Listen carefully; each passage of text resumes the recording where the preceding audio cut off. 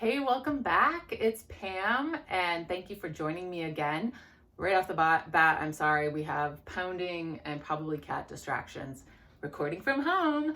I hope you're hanging in there. I believe we're at about week 10 in our quarantine in New York City. So it's got its challenges, no doubt. Thankfully, I could say I have more good days than bad, and I feel like if that's all I have right now, then that is good. So I hope you're doing well and staying safe and staying healthy. And for those of you who are working from home, I want this for you. I want this to be for you because I know that you're not getting as much love or support right now because people assume that you're fine since you still have your job and you're still able to work. But we know as massage therapists that you're not working in a position that is so delicious and ergonomic. You're at your kitchen tables, you're at counters, you're on your laptops, you're hunched over. And I know that your neck and shoulders and back are probably really angry with you right now. So this is a shoulder opener. And in a way, it is a self-myofascial release because when it's done with intention and it's done with energy, you are physically changing and melting that fascia to allow it to release and unadhere. And it's pretty satisfying because you're going to see a difference immediately. And that's one of my favorite things as a massage therapist. And one of the reasons why I love myofascial release is doing that kind of work. You can see where somebody was maybe restricted or not able to move their arm fully. You do some work with the fascia and then all of a sudden you have freedom again. So I'm hoping to offer you a little bit of freedom. So follow me. What you're going to need is a yoga block or a couch pillow or two. I don't think that the bed pillows are the best for this because they tend to be a little too squishy and they don't keep your head in alignment. So first I'm just going to show you from this angle so you can see what I'm looking for. I want your head to be in alignment with your spine. So you see how the yoga block kind of just does that for us. So you see my neck, my chin is pretty much in alignment with my spine. Now if I had a puffier pillow, you see how now all of a sudden, and I can feel that, yeah, it doesn't feel good because it feels like you're cranking your neck. And the same would be if you're too squishy of a pillow and your head is going this way. So what you really want to look for is that your chin is making a nice straight line with your spine. So if you have somebody who you're quarantining with who can check your alignment, ask for their help. If not, you can also use your own phone and hold it in front of you to see that you're in alignment. But I'm going to turn position so that you can see my arms in this because that's really the key here. So find yourself on your yoga block or your couch cushion. And if you are using a yoga block, you want to start with your head as far to the edge as possible because you are going to roll back and you want to make sure that when you roll back, your head is still supported, okay?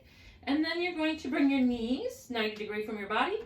Your arms come out 90 degrees from your body and you're going to stack your top arm on top of your bottom arm. Now, the key for this arm is going to be engaged and reaching the whole time. So what I like to think of as my marker is to reach out until just when I touch the floor and then go from there.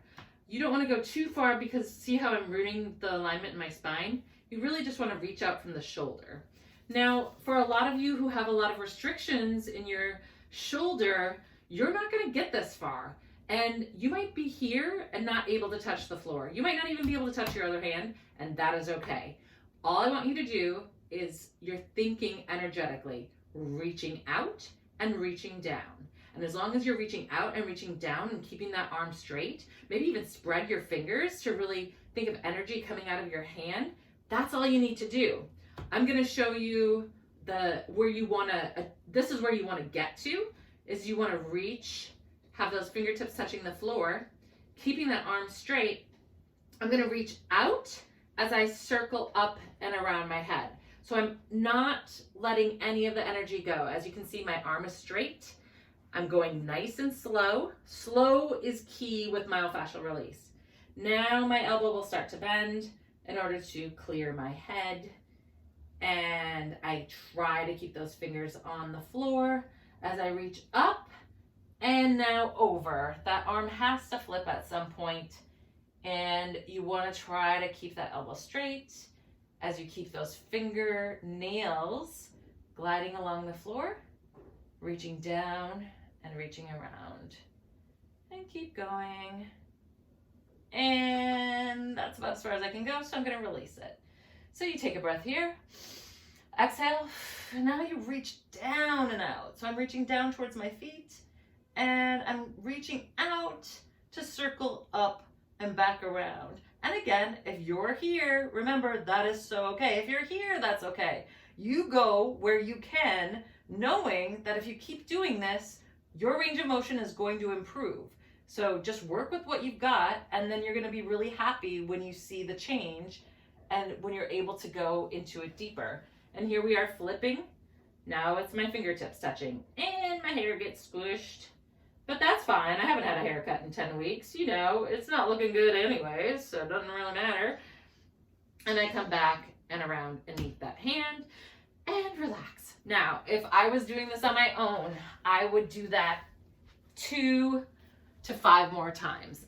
When I do it on my own, I tend to do it at least 3 times, 6 if I have the time, because that's when you really see the change. If you only have time to do it once on each side, that's fine, but I'm just encouraging you to do it 3 times minimum on each side.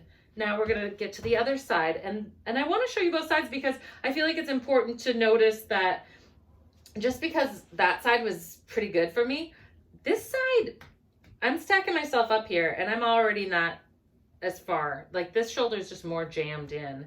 And you'll notice that one of your arms is probably going to be more mobile than the other. And it's interesting to me that it doesn't seem to matter what hand, like I'm right-handed, but my left is more sticky here. So that doesn't always seem to make a difference. I think it depends on what kind of repetitive motion you're doing in a day. And if you're leaning on one side a lot, that could do it. I don't know what my excuse is since I don't have a daily routine anymore. And breathe in. Exhale, reach down. And even here I can feel that everything in that shoulder and scapula feels a little bit gummier. So what you can do there is if you really are feeling it, go even slower. And while you're going slower, you're still reaching and lengthening. And if you get a little shaky, honestly, that's great. You're doing a good job because you want to feel this. This shouldn't be easy. This should be work. This isn't a floofy doofy, I didn't mean doofy, but a floofy little stretch. This is engagement. And back around. Okay?